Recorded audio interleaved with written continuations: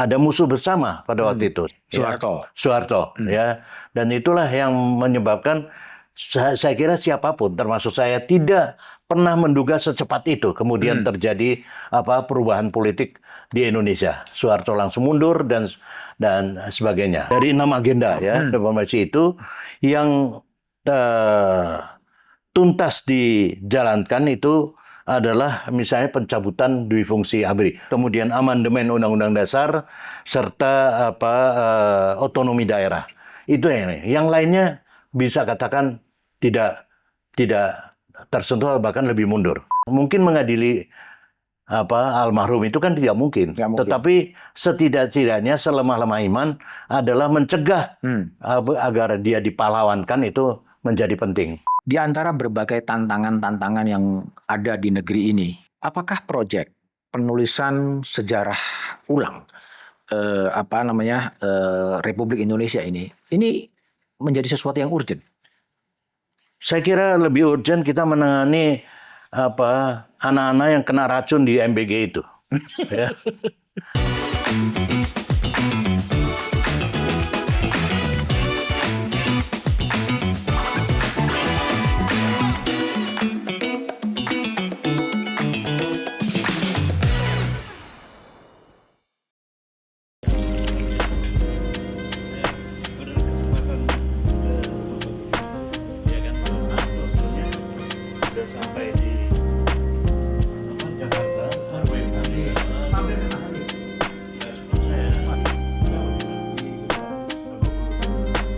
Oke, jumpa lagi di ruang tamu Back to BDM. Ini bulan Mei, ya, bulan yang sebenarnya sangat bersejarah bagi bangsa dan republik ini.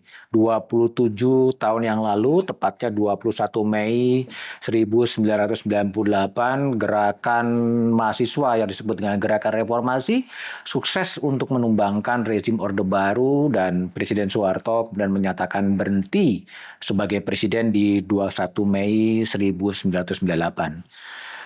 27 tahun kemudian, hari ini kita layak untuk membincangkan kembali sebetulnya sejauh mana reformasi itu berhasil, gagal, atau mau kemana reformasi itu. Bersama saya adalah seorang, dulu saya kenal cukup dekat di LBH sebagai Kepala Divisi Khusus LBH, kemudian pada tahun 1998 mendirikan Perhimpunan Bantuan Hukum dan Hak Asasi Indonesia, Hendardi. Orang yang sangat veteran di dunia masyarakat civil society. Pak Hengki, gimana kabar? Alhamdulillah. Sehat ya? Sehat saja Pak Budiman. Ya. Saya ingin tanya dulu PBHI ketika menjelang Soeharto tumbang itu apa yang dikerjakan? Biasanya PBHI kan bikin operasi-operasi rahasia itu sebenarnya. Iya, sebetulnya PBHI didirikan bukan 98 Pak Budiman. 96. 2 tahun sebelumnya, 96. 96. Dan karena kita kemudian pecah dengan LBH buat itu dan buat PBHI, dan banyak kasus-kasus yang kita kerjakan yang terutama menaikkan nama PBHI. Dan yang paling penting dari situ bukan sekedar kasus. Misalnya kasusnya adalah kasus yang sekarang Perdana Menteri Timor Leste Sanana Gusmao, atau Pak Subadio Sastomo bekas Sekjen PSI ya, dan beberapa banyak kasus lain gitunya. Tapi bukan kasus. Tapi di PBHI kami memperoleh kesempatan tidak seperti di LBH sebenarnya, bahwa merekrut banyak anak-anak muda ya untuk kemudian menjadi lawyer atau bukan di non litigasi pun ada ini. Jadi sebagian kalau yang Anda sebut misalnya di DPR sekarang gitu, itu sebagian adalah bekas dari PBHI umumnya ya. Jadi yang lawyer atau seperti Trimedia Panjaitan. Tapi belum ada yang jadi presiden ya? Belum sempat ya kan. Belum sempat ini. Harapannya begitu mungkin. Kalau merubah keadaan, kalau tidak ya buang-buang umur kita juga Pak Budi. Iya. Tapi gini, kalau kadang Pak Hendardi melihat ya 98 euforia massa luar biasa dan mampu menjatuhkan kekuasaan Presiden Soeharto gitu. dulu itu apa sebenarnya kalau Anda refleksikan sampai kemudian massa dari berbagai titik ya kemudian berkumpul di DPR dan memaksakan sidang istimewa untuk menurunkan Soeharto sebetulnya. Iya, secara ringkas saya mau katakan bahwa pada masa itu sebetulnya tidak ada organisasi mahasiswa atau masyarakat yang cukup kuat, ya. Seperti yang saya alami sebelumnya di tahun 78, 79, dan masih ada Dewan Mahasiswa, ya, di kemahasiswaan, dan ada organisasi-organisasi masyarakat di luar kemahasiswaan juga ada. Tetapi dan ini saya kira semacam satu harapan juga untuk melihat bahwa tidak harus organisasi masyarakat itu kuat dulu baru terjadi perubahan-perubahan politik. Walaupun perubahannya pasti tidak substansial jika organisasi masyarakat cukup kuat. Yang terjadi pertama, organisasi masyarakat itu tidak cukup kuat, tapi ada satu hal adalah ditingkahi oleh krisis ekonomi yang dan itu kalau ya belakangan juga kita mulai merasakan itu, misalnya dengan banyaknya PHK dan sebagainya. Ini kita harus hati-hati dengan ini, ya, melihat ini. Nah, dan kemudian ada musuh bersama pada waktu itu, sehingga organisasi yang ada walaupun tidak terlalu kuat ini bisa bersatu di dalam karena adanya common enemy, Soeharto, ya. Dan itulah yang menyebabkan saya kira siapapun termasuk saya tidak pernah menduga secepat itu kemudian terjadi perubahan politik di Indonesia. Soeharto langsung mundur dan sebagainya. Sekalipun saya ingin katakan apa yang terjadi transformasinya bukan transformasi substansial, ya, lebih kelihatan orang berganti baju daripada daripada betul-betul substansi nilai-nilai berubah, ya. Para pelaku pada masa Orde Baru, ya, pelaku politik pada masa Orde Baru, bahkan sebagian besar mungkin masih bercokol, bertahan sampai sekarang, ya. Itu karena tidak ada perubahannya. Seperti saya katakan, perubahannya hanya lebih pada ganti baju daripada satu perubahan yang substantif. Kalau kita lihat ya di Kompas 19 Mei ya, itu juga menarik ya. Tadi yang Pak Hendardi katakan, judul Kompas pada waktu itu adalah pernyataan dari Ketua DPR MPR Harmoko meminta Pak Harto sebaiknya mundur. Itu di HL. Tapi di atas, di bagian atas di Kompas, itu ada pernyataan dari Menhan Pangap, Jenderal Wiranto, yang mengatakan bahwa itu pernyataan individu dari Harmoko. Nah, sampai sekarang tadi Pak Hendardi katakan, Pak Wiranto masih berada di inner circle kekuasaan. Betul. Artinya, ya sistemnya kemudian berganti, rezimnya berganti, orangnya sama-sama saja sebetulnya. Ya, saya kira itu juga akan pernyataan-pernyataan yang berbeda atau bersilang tindih antara satu sama lain pejabat itu di dalam keadaan krisis pasti akan terjadi semacam itu, ya. Tetapi benar kata Pak Budiman bahwa apa yang terjadi adalah bahwa orang-orang misalnya seperti Wiranto, ya, yang pada masa lalu juga memiliki peran atau kekuasaan, pada masa sekarang masih tetap. Itu kan menandai dengan pasti bahwa reformasi ini tidak banyak melakukan perubahan. Kalau kita sebagian orang menyatakan kembali ke titik nol, tapi sebagian lagi bisa mengatakan semakin mundur. Semakin mundur. Karena ada ukuran-ukuran kemajuan. Memang sangat sulit menurut saya untuk katakanlah mendiskusikan, ya, satu peristiwa 27 tahun silam, ya, 2,5 dasawarsa yang lalu. Ini bukan perkara gampang, ya. Oleh karena itu oleh karena itu saya coba sebetulnya membagi di dalam dua perspektif, Pak Budiman. Perspektif historis, ya, dan perspektif politis. Ya. Perspektif historis ini di mana kita akan memeriksa aspirasi politik, ya, pada pada 97-98 itu, dan kemudian dibandingkan di compare atau di memeriksanya pada saat sekarang. Apa yang terjadi ya?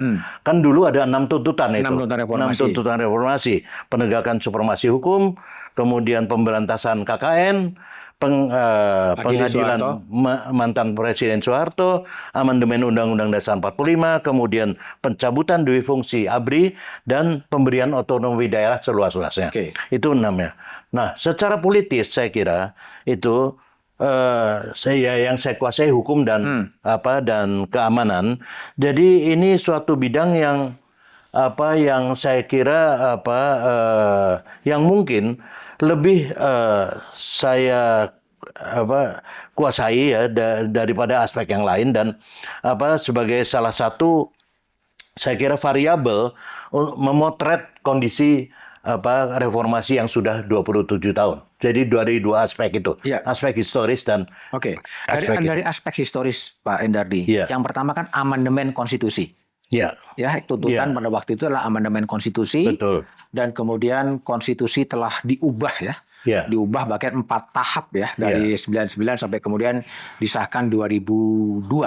Nah, dari sisi amandemen konstitusi, apa catatan Pak Hendardi ketika konstitusi diubah dan kondisi sekarang di tahun 2025? Ya, sebetulnya agenda ini, perubahan konstitusi ini tercapai dan secara normatif konstitusional itu telah memberikan jaminan kuat pada demokrasi konstitusional.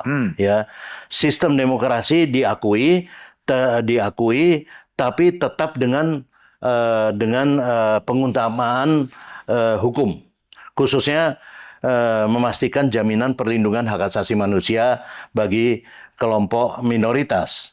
Nah, meskipun secara normatif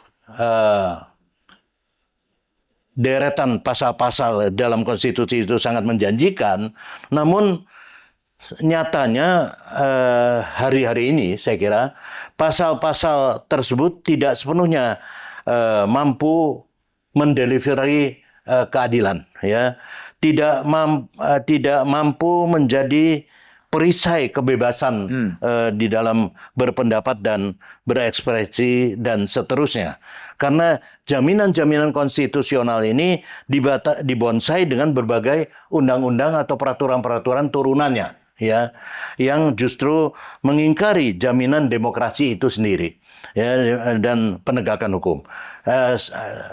Saya ambil contoh saja lah, misalnya hadirnya undang-undang ITE. Iya kan? Informasi yang transaksi elektronik. Iya, yang sempat menjebloskan beberapa orang atau digunakan untuk kepentingan politik dan sebagainya, itu salah satu apa yang saya mau contohkan dari hal tersebut. Saya kira dan bukan juga menyangkut jaminan kebebasan beragama dan berkeyakinan, ya. Sudah berapa orang saja terjerat misalnya atau terjebak pada sebagai itu kan hak fundamental, tetapi banyak orang yang kemudian dipidana karena berkeyakinan, karena persoalan keyakinan gitu. Misalnya itu. Ya, saya beri contoh itu saja. Jadi konstitusi itu memang diubah, ya. Dan itu salah satu reformasi yang relatif dikerjakan selama konstitusi diubah. Tapi apa yang ditulis oleh konstitusi itu belum sepenuhnya bisa berjalan. Bukan itu saja. Konstitusi seperti pasal-pasal dalam konstitusi seperti kemudian berdiri sendiri dan semakin berjarak dengan ketentuan-ketentuan hukum di bawahnya. Itu yang jadi bukan nggak bisa dilaksanakan saja konstitusi, tapi terjadi jarak malah, ya, orang bikin peraturan hukum sekarang seenak-enaknya, ya, sesuai dengan kepentingan kekuasaan. Ya. Saya mau kutip apa yang dinyatakan oleh orang yang saya kagumi juga dan pernah menjadi pendiri atau katakanlah Dewan Penyantun di LBH, Pak Mokhtar Lubis, satu legenda di dalam sejarah pers maupun budaya, ya. Beliau mengatakan bahwa pernah mengatakan bahwa untuk kepentingan orang yang berkuasa, maka sering pula yang haram itu menjadi halal dan sebaliknya. Ya, saya kira ini menunjukkan apa yang terjadi sekarang ini. Ya, ya. Di mana kekuasaan ini dia juga bisa yang haram dijadikan halal, halal dijadikan haram, ya kan?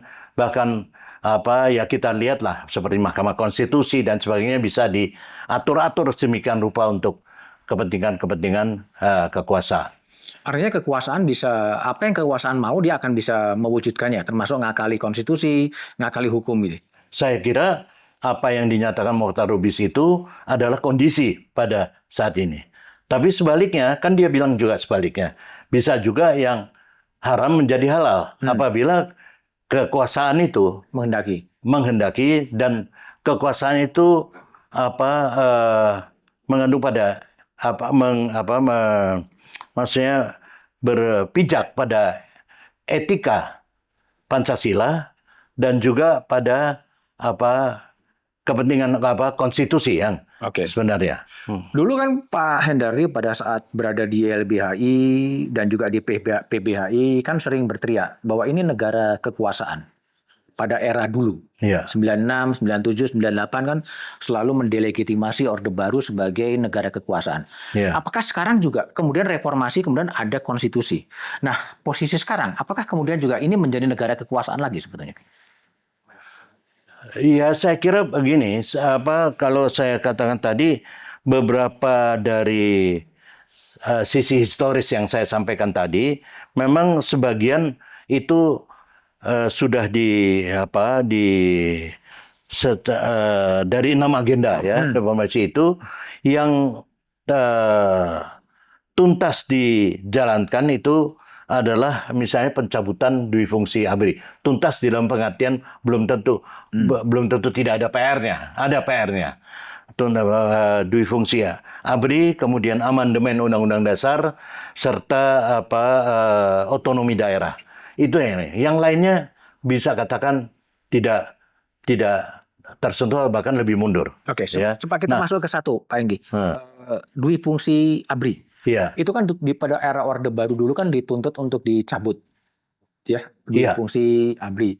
Nah, sekarang muncul revisi Undang-Undang TNI gitu kan. Dan kemudian TNI bukan lagi dui fungsi lagi, kemudian menjadi multifungsi. Ini dibandingkan dulu minta dicabut, sekarang diizinkan. Ini sebuah kemajuan, kemunduran atau gimana? Iya, perbedaannya begini, bahwa dulu itu kan TNI memang ABRI ya, berpolitik ya. Sekarang mereka tidak jadi politisi Senayan lagi. Tapi misalnya tetapi mereka tetap mengambil peran-peran yang bahkan lebih banyak seringkali dari politisi sipil ya. Tidak harus di DPR, tapi perannya kemudian diambil lewat revisi Undang-Undang TNI misalnya pada awalnya. Nah, dan kedua juga saya kira begini, apa yang mereka lakukan ini, TNI lakukan pada saat ini itu adalah juga lebih karena begini. Ada situasi di mana politisi-politisi sipil ini itu genit ya, merasa harus setiap peran yang dilakukan itu harus melibatkan TNI, melibatkan militer. Itu genit dan nggak pantas pada masa sekarang yang sudah dipisahkan perannya. Di dalam pada saat reformasi mereka masih mengundang-undang lagi yang itu ya. Saya kira ini politisi gini, tidak aja politisi tapi juga di bidang hukum, misalnya kejaksaan ya, yang kemudian mengundang TNI untuk ini ya, karena mungkin untuk kepentingan politiknya mereka ini. Jadi seringkali tidak hanya TNI yang memang katakan berhasrat untuk masuk di dalam ruang atau ranah sipil, tetapi juga politisi sipil yang atau unsur-unsur sipil yang sering kegenitan atau mengundang. Oke, itu dari sisi peran TNI. Tadi yang ketiga adalah soal pengadilan terhadap Soeharto. Itu kan Iya. tuntutan reformasi. Apa? Kan, tuntutan reformasi salah satunya kan pengadilan terhadap Soeharto. Iya, betul. Dan itu de facto kemudian tidak bisa berjalan Iya. karena Soeharto unfit to trial dan kemudian meninggal dunia gitu. Tapi sekarang 27 tahun kemudian terdengar suara-suara usulan dari kelompok masyarakat untuk mengusulkan Soeharto sebagai pahlawan nasional. PBHI dan Hendari sebagai orang yang bergerak di 98 gimana merespon ini? Iya, saya kira begini. Yang pertama, agenda ini sebetulnya sudah tidak akan terwujud.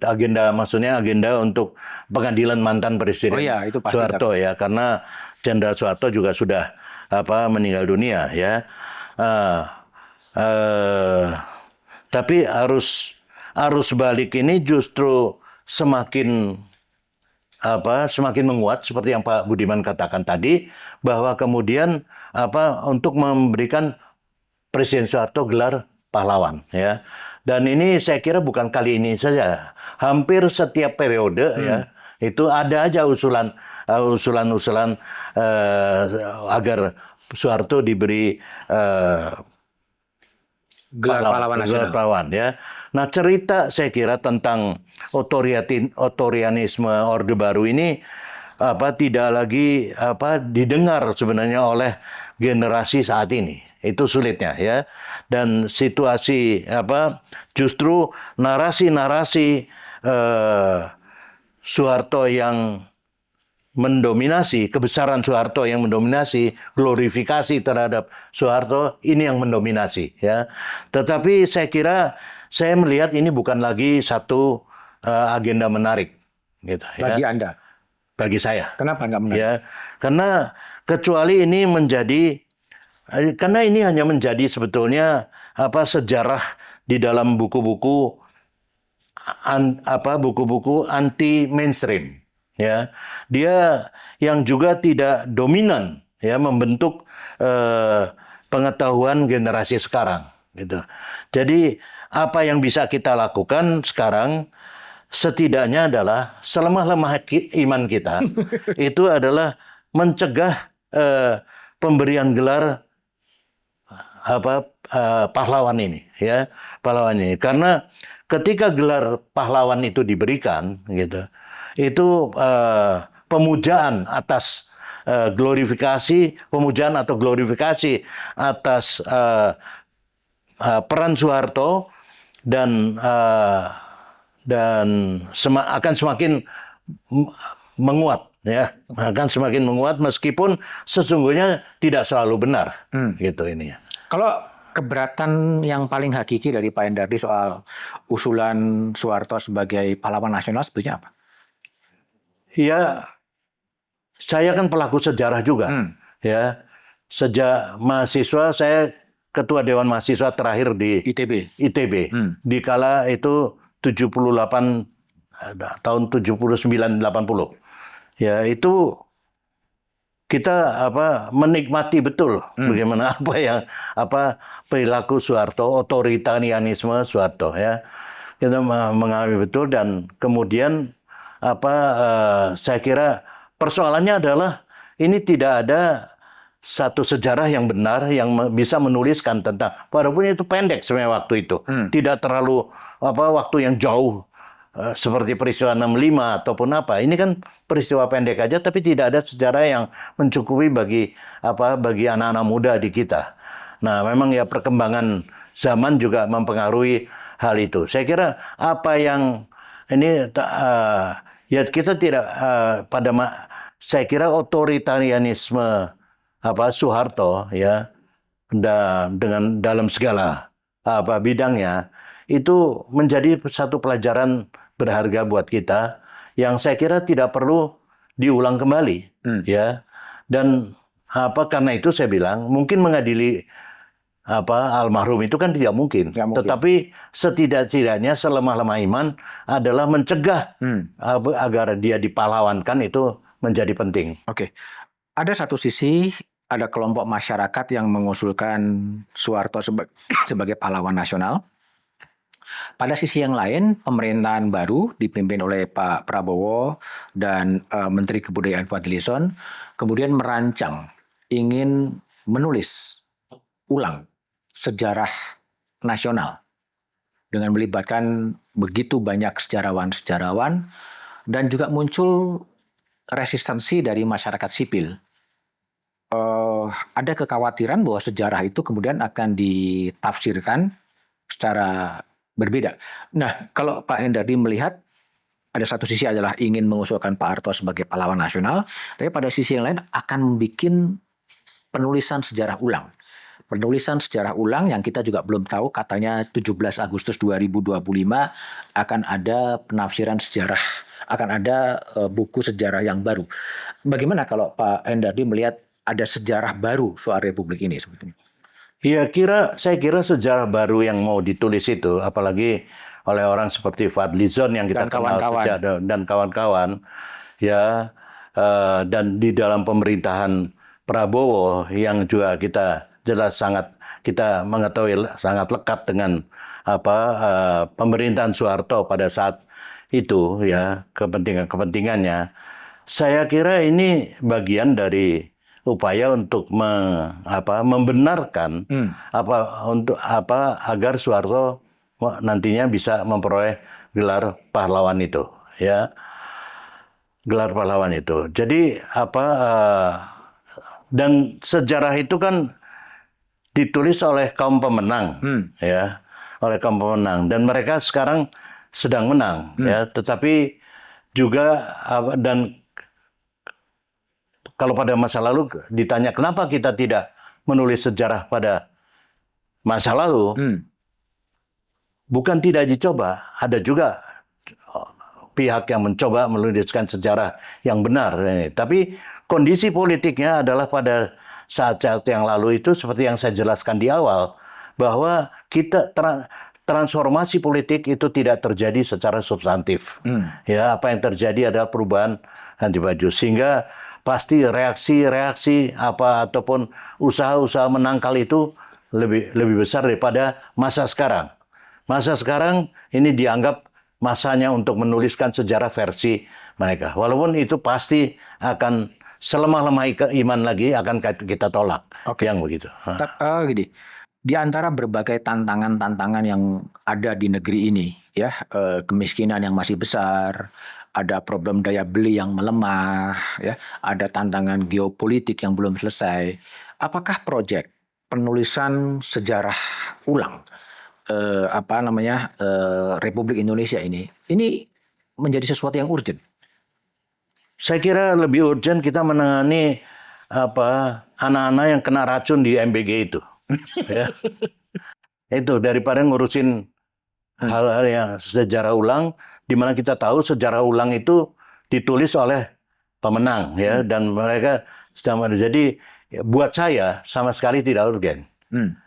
Jauh lebih urgen adalah ya sekian anak yang keracunan di dalam MBG itu, dan saya kira lebih urgen adalah mengevaluasi berbagai program yang dicanangkan tetapi tidak masuk akal dan kemudian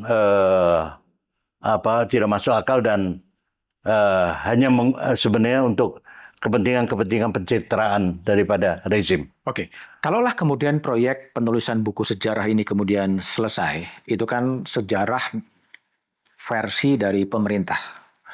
Apakah tidak mungkin kemudian nanti dari kalangan korban atau siapapun yang tidak diuntungkan juga menulis sejarah dalam perspektif mereka, sehingga akan ada dua narasi? Ini adalah narasi versi pemerintah, ini adalah narasi versi korban kerusuhan Mei, katakanlah begitu, sehingga semuanya akan berkontestasi di ruang-ruang publik itu. Itu pasti, ya. Saya kira apa yang dilakukan oleh para korban dalam kasus apapun, ya, itu sudah dimulai. Ada penulisan-penulisan awal atau yang sudah dilakukan, tapi memang penulisan-penulisan itu kan tidak menjadi satu perhatian publik atau ini apabila tidak kemudian kita tidak di dalam posisi sebagai pemenang, ya. Tapi seperti yang Pak Budiman sampaikan bahwa itu akan menjadi semacam tantangan buat ini, buat yang pelaku, buat yang menuliskan dalam versi yang lain, itu pasti. Dan itu saya kira ya bagus saja. Setidaknya ada yang memulai suatu penulisan sejarah yang benar versi saya. Oke. Ya, Jadi bukan satu versi. Oke. Sejarah memang selalu ditentukan oleh siapa yang jadi pemenang. Ya, siapa yang menang dia akan menulis sejarah itu dalam perspektif dan kepentingan dia. Ketika Orde Baru menulis sejarah, kemudian dia juga akan membenarkan perspektif dari Orde Baru. Dan sekarang 27 tahun kemudian akan ditulis sejarah dalam perspektif mungkin kepentingan pemerintah yang sekarang. Tapi tidak mungkin kita memikirkan sejarah ditulis dalam perspektif orang yang kalah sebetulnya. Ya, korban-korban itulah ya tulis dalam perspektif kamu itu gimana kira-kira begitu. Saya kira sebagian sudah dimulai itu, Pak Budiman. Ada yang memulai untuk menuliskan itu. Ya, dan itu mungkin saat ini tidak terlalu tampak berguna atau manfaat atau di dalam situasi iklim politik semacam ini. Tapi iklim politik itu kan tidak selamanya. Ya, kemungkinan perubahan itu selalu ada. Ya, dan ketika ada perubahan, dia bisa menjadi sangat berguna. Memang saya harus akui, kelemahan kita di masyarakat sipil ini, terutama para korban ini, sangat lambat di dalam upaya-upaya menuliskan sejarah tentang dirinya. Ya, saya kira malah lebih produktif tokoh-tokoh pada masa 65, ya, baik yang di Pulau Buru atau di mana yang menuliskan secara lebih produktif, atau seperti Pramudia Anantatur almarhum, ya, dan sebagainya, itu masih sangat produktif dan terbukti sekalipun mereka adalah pihak yang kalah gitu. Tapi minat orang untuk membaca berbagai dan mengetahui apa yang terjadi itu juga tidak kecil. Jadi kita tidak usah khawatir terhadap itu. Hanya memang masalahnya nanti adalah ketika banyak sejarah ditulis dalam berbagai perspektif. Ini perspektif yang menang, ini perspektif korban, ini perspektif yang kalah gitu. Negara tentunya tidak boleh mengatakan yang paling benar adalah yang ini, bukan tentu yang saja. itu. Iya, biarkanlah kemudian publik melihat. Ya.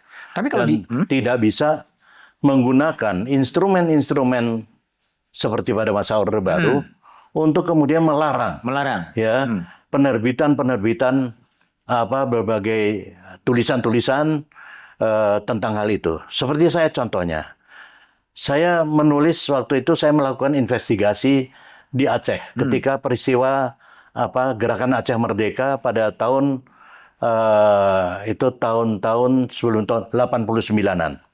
Saya mengamati, memonitor ya kasus peradilan yang terjadi di sana, ya. Para tersangka terdakwa yang dimajukan ke pengadilan itu umumnya sudah tidak di dalam keadaan normal. Ada yang kakinya bonyok, ada yang segala macam. Bukan karena ditembak di hutan atau karena dipukuli.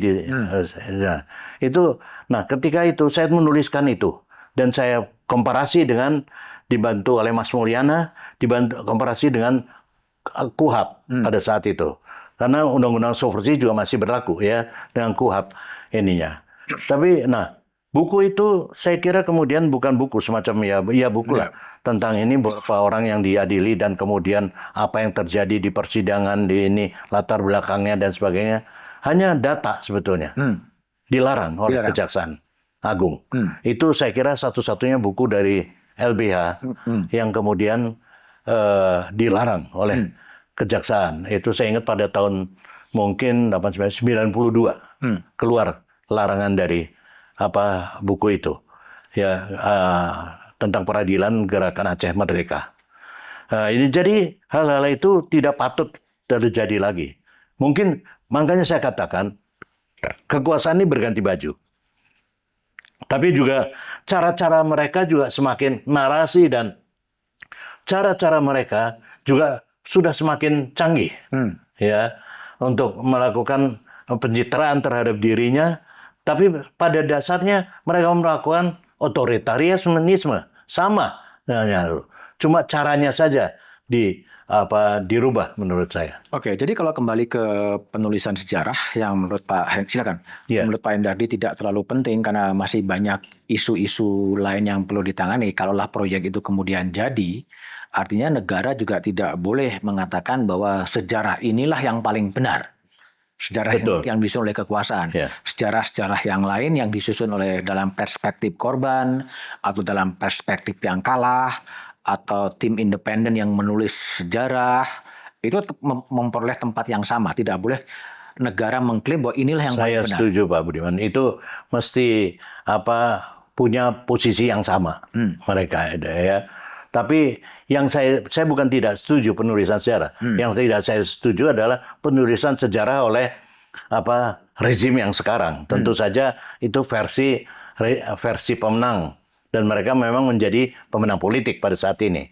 Cuma bahwa saya mendorong penulisan sejarah di kalangan korban dan sebagainya atau pihak ketiga, pihak yang independen untuk melihat itu menjadi penting dan menjadi penting orang juga publik maksud saya dibiarkan membaca, menilai yang semua itu.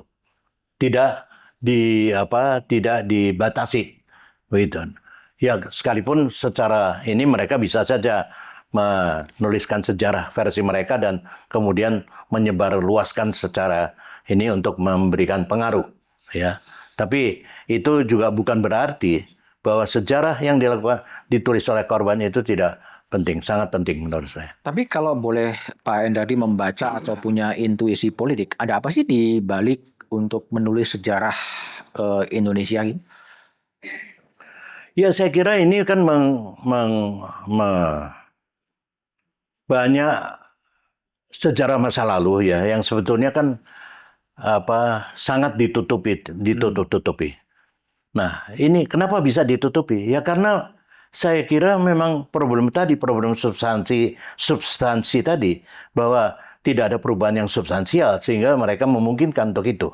Nah, sekarang dengan rezim yang mereka kuasai, tentu saja itu akan menjadi kepentingan mereka untuk sebagai justifikasi, sebagai pembenar, sebagai fondasi dari mereka untuk melakukan berbagai tindakan-tindakan yang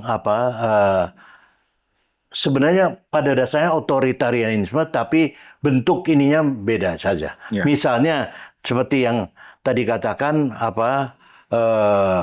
saya katakan bahwa ya ditulis oleh mereka tentang sejarah Soeharto ya adalah untuk nanti kepentingan Soeharto dipalawankan antara lain sebagai semacam pembenar agar Soeharto bisa diusulkan sebagai. Kalau sekarang kan banyak orang masih mementahkan itu. Tapi gini, ini kan banyak sekali sejarawan kalau tidak salah ada 100 sejarawan ya yang dilibatkan untuk menulis ulang sejarah Indonesia gitu. Apakah ini juga pada satu sisi bukan juga pertaruhan kredibilitas mereka? Kalau mereka menulis hanya menyesuaikan dengan selera-selera kekuasaan. Ya betul, tapi saya nggak tahu 100-nya siapa ya kan. Seperti juga sekarang kan zamannya memobilisasi ya kan. Ada lawyer juga ratusan, ada bukan sejarawan ya kan. Macam-macam bisa ratusan, bisa ini semacam itu. Tapi kan itu soal ya kredibilitas mereka pasti dipertaruhkan dan itu masyarakat saya kira publik bisa menilai. Saya begini aja lah gampang-gampang. Kalau saya menilai Anhar Gonggong itu ya itu memang sejarawan gitu. Tapi mau dikasih nama siapa terus kemudian yang lainnya yang belum tentu saya kenal juga. Ya kan orang lain kenal juga. Ya, itu pasti tidak bisa tidak buat kami tidak memiliki kredibilitas untuk itu. Dan pasti akan ada reaksi daripada itu. Kami tidak menginginkan bahwa cuma sejarawan semacam Anhar Gonggong atau siapa itu siapa namanya sih? Ya yang menuliskan itu gitu. Tetapi saya kira kalau tiba-tiba muncul sejarawan yang tidak ada namanya atau baru kemudian dimunculkan untuk menuliskan sejarah politik Indonesia sejak Orde Baru. Saya kira ini ya menambah kekonyolan kita aja sebetulnya. Oke. Kembali ke 6 tuntutan reformasi Pak Hendardi kan. Tadi kita udah bahas soal pengadilan mantan Presiden Soeharto, ya kan? Amandemen Undang-Undang Dasar 45, lalu kemudian cabut dui fungsi ABRI. Nah, satu hal lagi soal pemberantasan KKN, pemberantasan korupsi, kolusi, dan nepotisme. Untuk usulan ini gimana evaluasi Pak Hendardi soal tuntutan reformasi yang keempat soal pemberantasan korupsi dan kolusi dan nepotisme itu? Iya, sebetulnya di dalam satu atau di dalam secara kelembagaan di dalam satu episode atau berapa ini kita pernah juga dalam konteks pemberantasan KKN ini berjalan cukup baik. Jadi saya nggak bilang ini buruk semua, tapi ada beberapa episode di mana itu cukup baik, sekalipun banyak kemudian praktek menyimpang yang dijalankan oleh para penegak hukum pada waktu itu. Nah, akan tetapi saya kira KKN kemudian ternyata juga belum berakhir, ya, sekalipun ada episode yang baik, ya, dan dia hanya berganti rupa dan metode korupsi dengan metode yang baru, gitu, yang berbeda, ya, yang lebih canggih, gitu ininya. Nah, saya kira dengan kelembagaan hukum yang semakin rapuh dan konflik elit penegak hukum yang memakai yang bukan yang semakin nyata, gitu. Ini harapan pemberantasan KKN tentu tidak bisa optimal, ya. Apa yang terjadi pada hari ini dan hari-hari ke depan itu saya kira di dalam konteks pemberantasan korupsi itu atau pemberantasan korupsi itu KKN itu menjadi aksesori, ya, aksesori penegakan hukum anti korupsi, ya. Akan selalu ada orang-orang yang dijerat oleh KPK, kejaksaan, ya, polisi, ya, tetapi sistem anti korupsi yang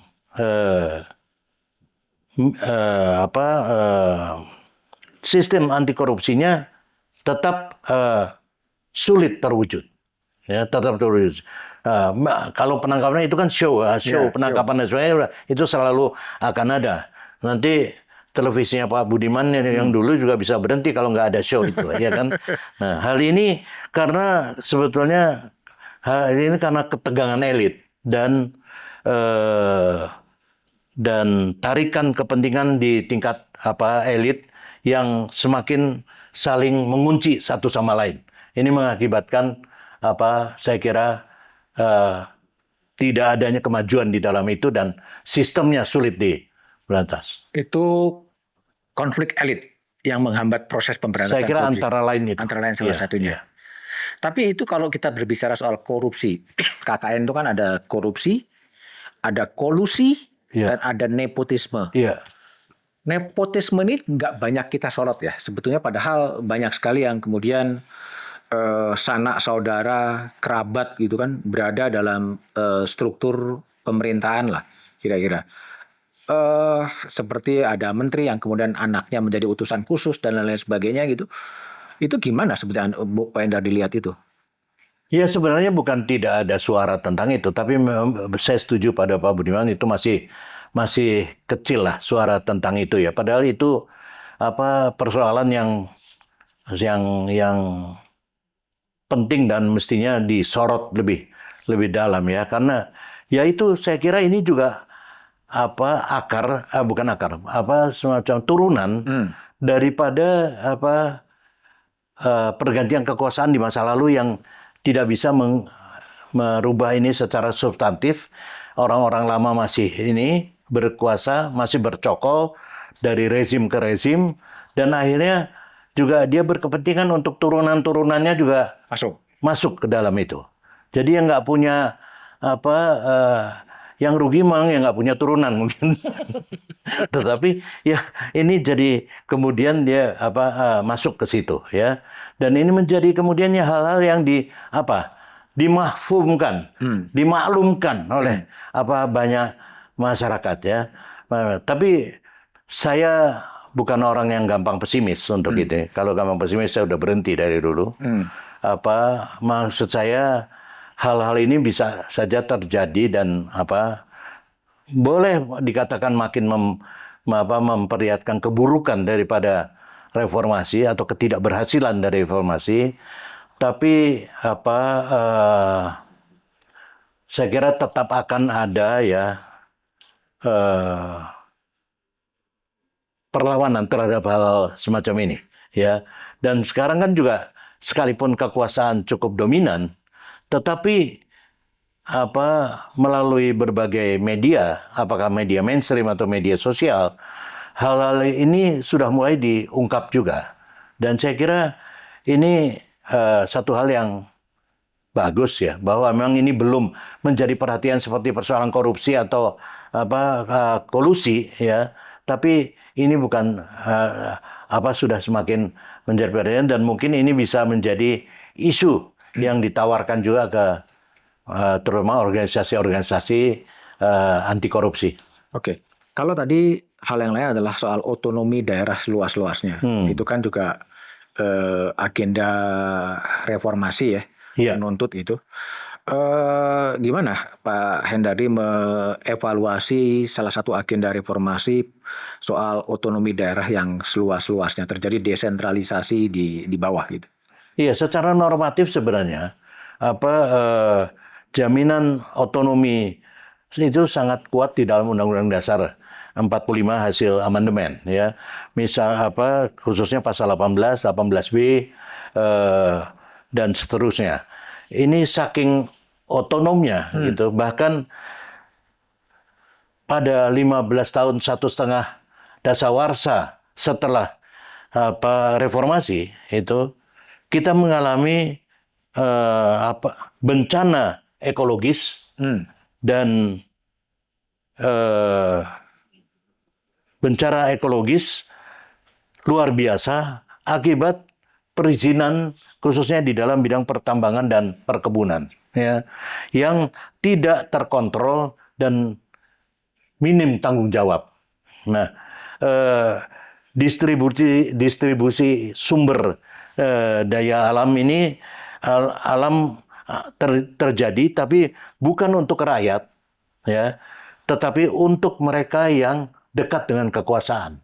Gitu. Itu yang terjadi. Nah, nyatanya rakyat itu dan masyarakat ada yang berjuang. Ini contoh kenapa ini saya katakan begini, karena berjuang di dalam reforma agraria atau merebut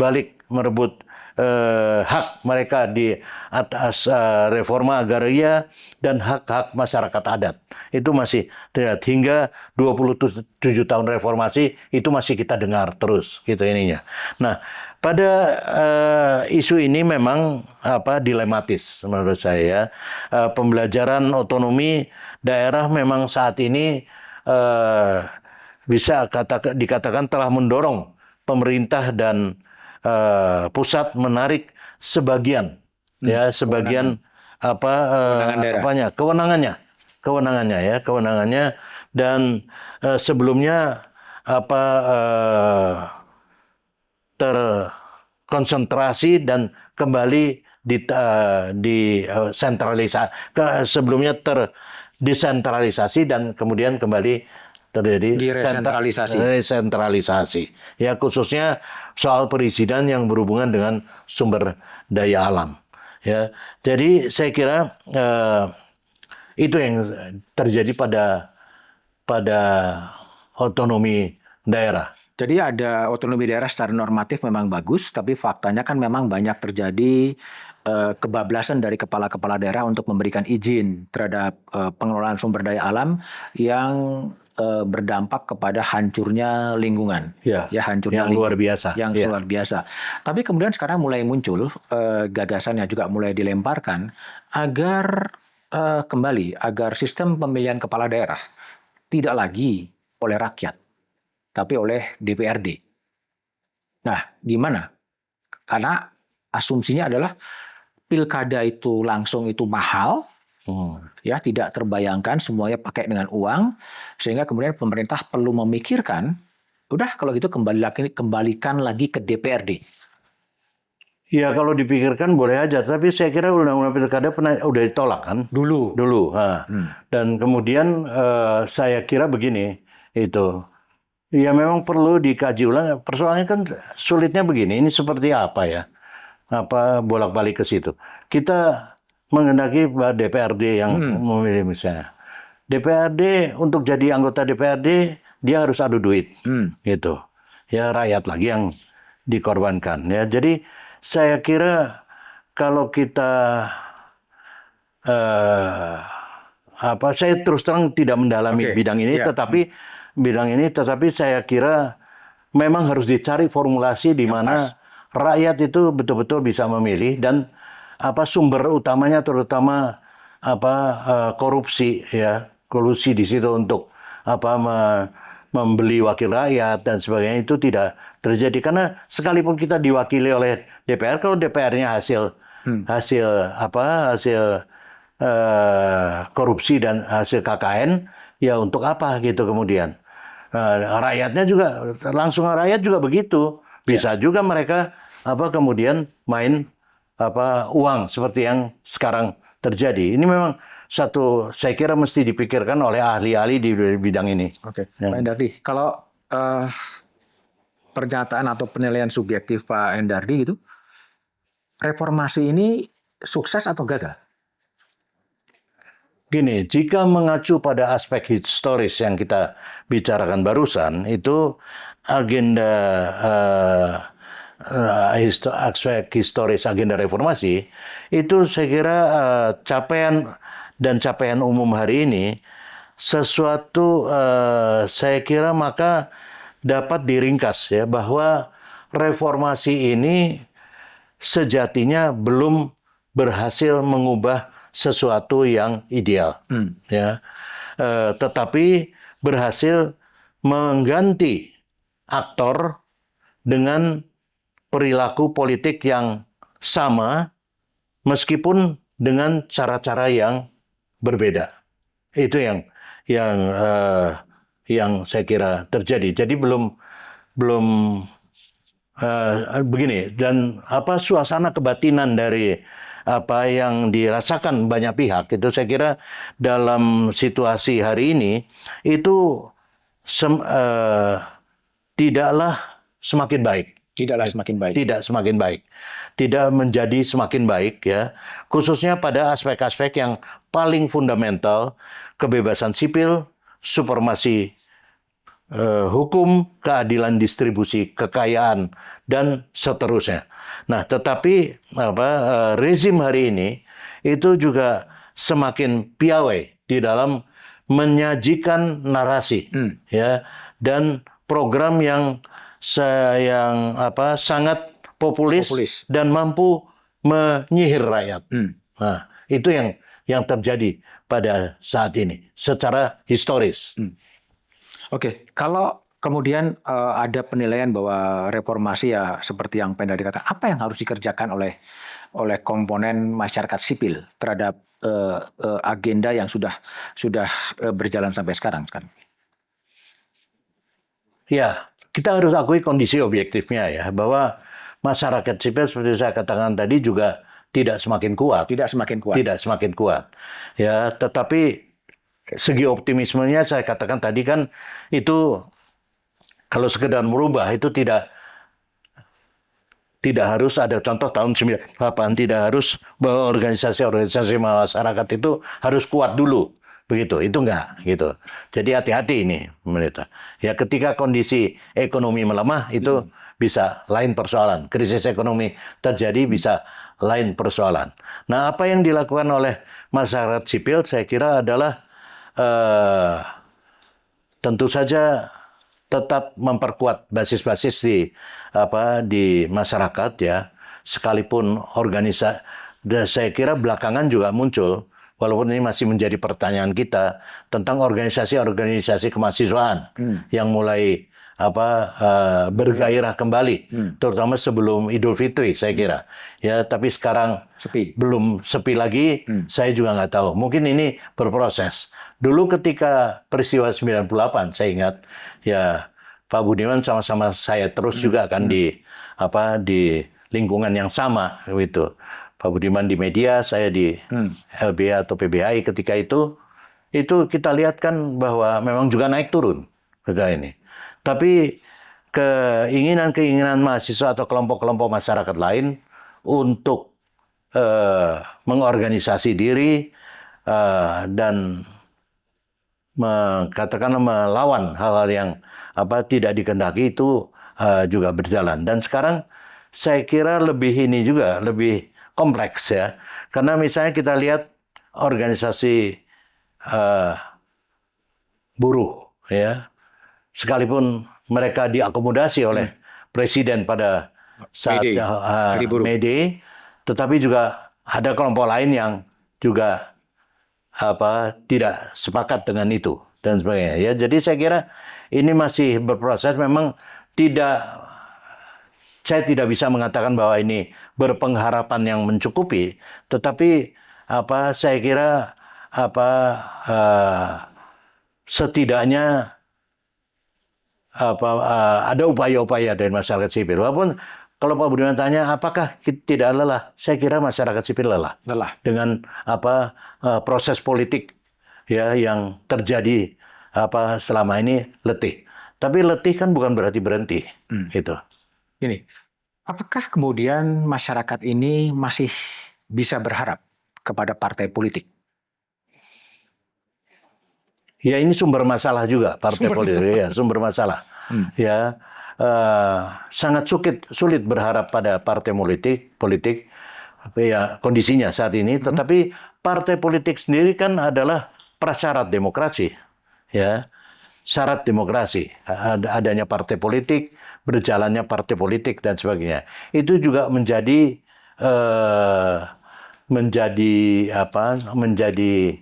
sasaran atau harus menjadi perhatian kita ya, pembenahan partai-partai politik. Nah, ada teman-teman, persoalannya adalah banyak teman-teman yang pada masa reformasi juga masuk ke dalam partai politik ya, mereka bukan tidak bisa merubah partai politik itu aja, bahkan mereka dirubah oleh partai politik itu ya kan. Nah, ini yang mesti kita benahi pada masa ke depan ya. Jadi harus ada pendekatan-pendekatan juga terhadap calon-calon anggota partai ya, untuk tetap konsisten di dalam memperjuangkan ideal atau cita-cita yang sebelumnya gitu. Nah, apa yang terjadi pada saat ini kan tidak begitu. Tapi saya kira menyatakan bahwa partai politik tidak berguna atau tidak, ini di dalam demokrasi itulah syaratnya. Tidak bisa. Hanya kita tidak bisa terlalu berharap terlalu banyak. Tidak bisa terlalu banyak, bahkan kadang-kadang kita sangat banyak orang berharap, dan bahkan sebagian anggota parlemen berharap pada parlemen jalanan daripada parlemen yang sesungguhnya. Oke. Ya. Artinya kalau kita tidak bisa terlalu berharap pada partai politik, sesuatu yang niscaya di sistem demokrasi, apakah kita juga bisa berharap pada DPR? Ya, itu juga turunannya dari partai politik sebetulnya. Ya, turunnya. Dan apalagi di DPR. DPR itu kan siapa yang majority, dia yang kuasai pasti ininya. Ya, bisa aja ditaruh ketua DPR-nya memang dari oposisi, tapi nggak punya kekuatan untuk mengendalikan misalnya parlemen. Ya, tapi kita saya kira ini bagian dari satu proses politik yang akan terjadi. Artinya ada keterputusan antara anggota DPR yang duduk di DPR karena dipilih oleh rakyat dengan konstituen yang memilih sebetulnya. Terputus itu. Oh, jelas itu. ya antara konstituen yang memilih dengan anggota DPR. Ya kan, anggota DPR ini kan lebih kemudian mengini pada partai, mengikuti apa arahan-arahan partai daripada apa konstituennya. Ya, dia perlu konstituen kan ketika pemilu saja. Ya kan, dengan menyiapkan ambulan, menyiapkan apa untuk para konstituen, ya kan. Setelah selesai ya soal lain gitu. Nah, ini hal semacam ini yang mesti kita rubah. Tapi saya yakin semakin banyak kesadaran masyarakat terhadap ini, itu juga akan bisa ada perubahan, tentu saja. Salah satu alternatif pemikirannya adalah rakyat atau konstituen itu bisa merecall wakil-wakilnya. Kalau wakil-wakilnya itu kemudian tidak memperjuangkan aspirasi dari konstituen, meskipun undang-undangnya belum ada. Sehingga ketika anggota DPR dari daerah pemilihan Jakarta atau daerah pemilihannya Banten, yang kemudian masa bodoh dengan konstituen di Banten, ada pemikiran, ya dia harus bisa menyatakan mosi tidak percaya kepada anggota DPR tersebut dan meminta partai politik untuk mengganti. Itu menolong keadaan nggak sebetulnya? Saya kira itu satu bagian gagasan bagus ya, yang mesti kita perdalam gitu ininya ya, karena kalau keadilan atau apapun yang dituntut rakyat itu tidak dipenuhi, ya keadilan itu akan kembali pada ibunya, ya rakyat sendiri. Jadi kalau rakyat menuntut itu suatu yang ini. Dan saya kira peristiwa di dalam konteks lain, misalnya orang merasa bahwa terlalu frustasi dengan keadaan semacam ini, itu terjadi kan misalnya di dalam soal pelanggaran HAM berat. Karena itu kemudian diadakan tribunal internasional di Belanda, misalnya. Untuk apa sih? Kita tahu itu nggak berpengaruh secara yuridis, tapi secara politis itu menjadi ini. Jadi kekesalan orang, kejumudan orang terhadap berbagai persoalan yang kemudian tidak bisa itu akan menimbulkan satu solusi tersendiri. Dan saya kira apa yang Pak Budiman sampaikan tadi dalam konteks anggota partai atau DPR itu sangat satu gagasan yang bukan saja mesti dipikirkan, ya mungkin juga udah waktunya untuk dikumandangkan. Gini, analoginya gini. Ada peraturan tata tertib DPR yang sudah disahkan, di mana DPR bisa mengevaluasi pejabat-pejabat yang pilih DPR. KPK itu dipilih DPR. Hakim Mahkamah Konstitusi sebagian dipilih DPR. Betul. Hakim Agung dipilih DPR. Nah, dalam tatip itu ada namanya ruang untuk mengevaluasi. Ketika DPR mengevaluasi pejabat-pejabat, apakah itu Mahkamah Agung, Mahkamah Konstitusi, KPK, dan oleh DPR dianggap tidak kompeten atau tidak memenuhi kehendak dari DPR, terbuka untuk kemudian diusulkan untuk dicopot, direkol. Itu satu sisi. Nah, sisi lain, mana saya analogikan, kalau DPR bisa mempunyai kemewahan politik untuk mengevaluasi pejabat-pejabat yang dipilihnya, apakah kemudian rakyat daerah pemilihan tidak punya juga hak untuk merecall wakil-wakil rakyatnya yang tidak berjuang, tidak memperjuangkan aspirasi dari konstituennya.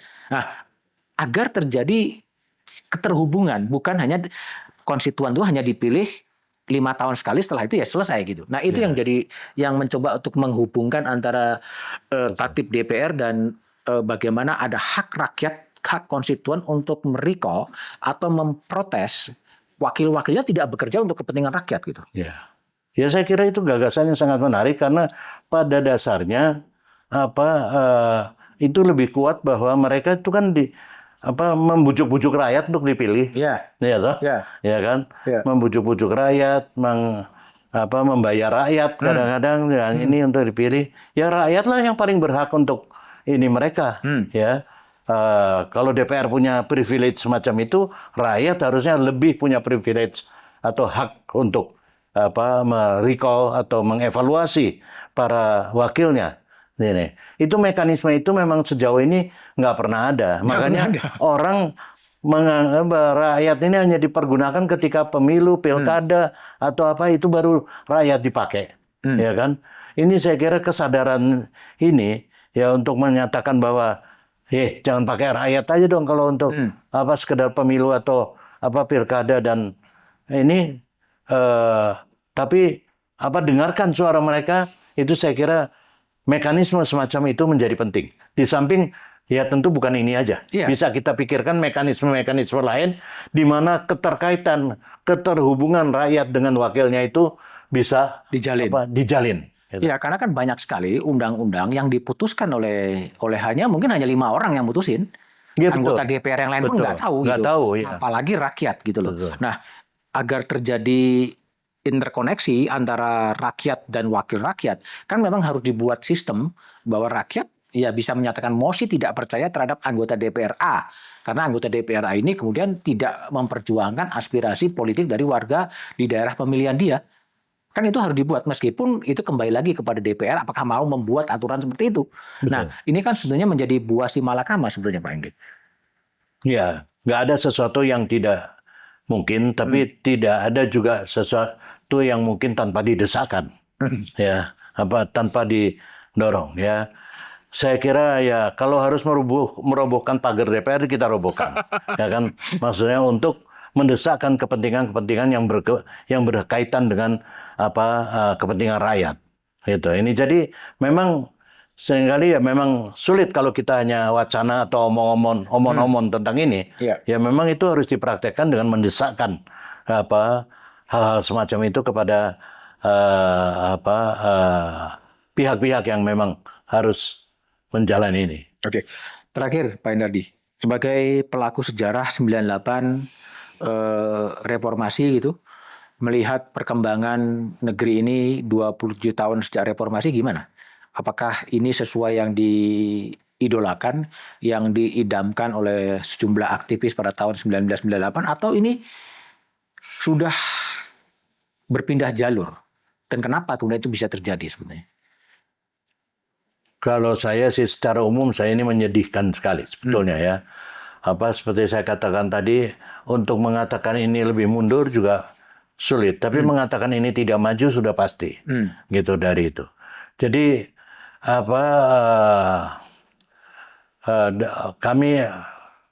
saya termasuk aktivis yang boleh katakan termasuk paling tua lah ya dibandingnya banyak lain ya, masih juga bergelar aktivis ya. Orang sering bilang kok nggak malu digelari aktivis, ya udah apa mau dikata gitu kan. Nih, tapi kalau kita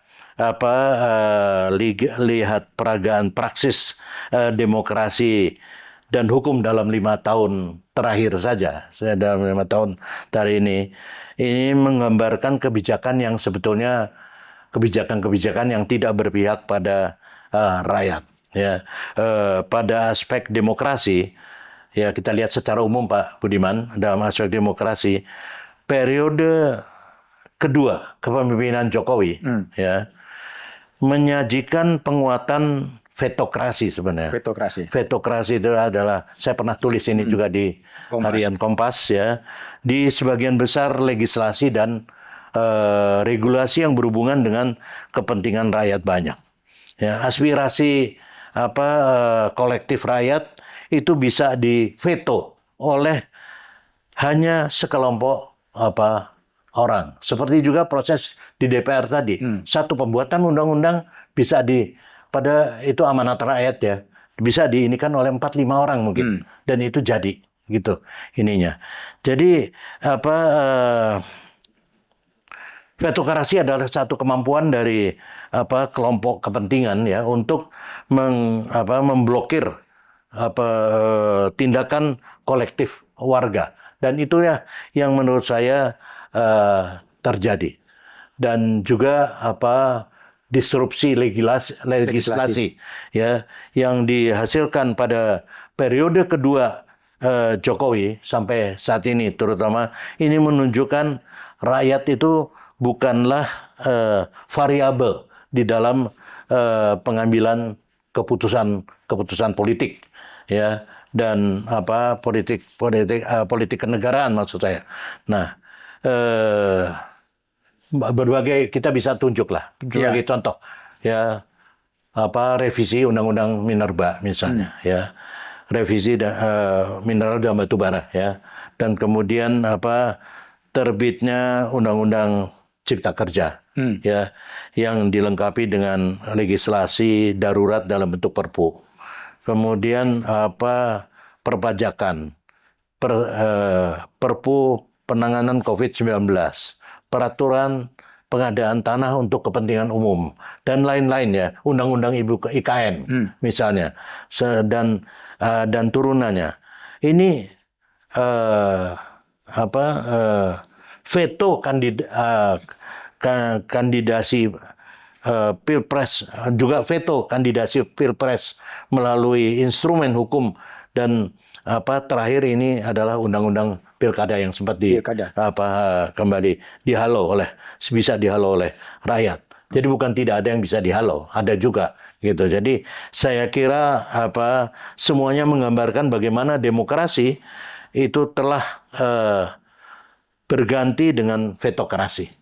Vetokrasi yang seharusnya bisa dicegah dengan etika demokrasi dan etika politik jika dilakoni oleh para elit politik. Tapi jika ini tidak dilakoni oleh elit politik ya memang tidak ini.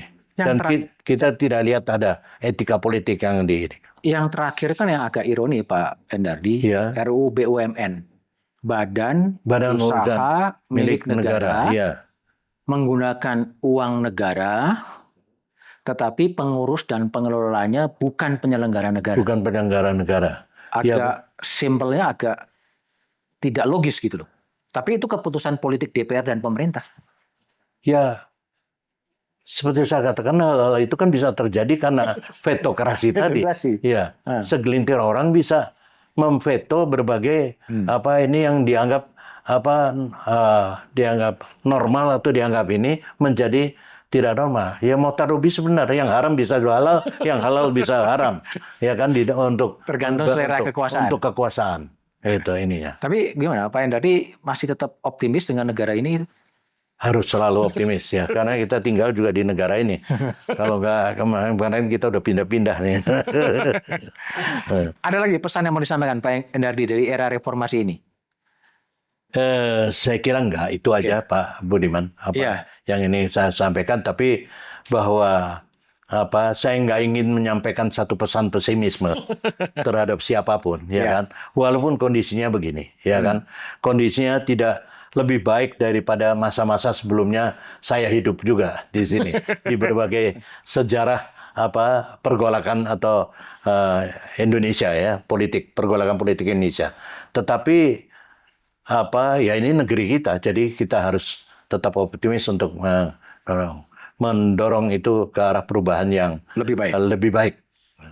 Oke, Pak Hengki, terima kasih ya. Teman-teman, itulah obrolan saya di ruang tamu Back to BDM dengan Hendardi, aktivis senior yang malang melintang, yang sekarang menjadi di Setara Institute, soal berbagai isu dan evaluasi soal reformasi yang sudah berusia 27 tahun. Tetaplah optimis meskipun situasinya tidak mudah, dan tetaplah memikirkan agar reformasi ini bisa bertambah baik dan terus bertambah baik. Silakan like, share, dan komen. Bye.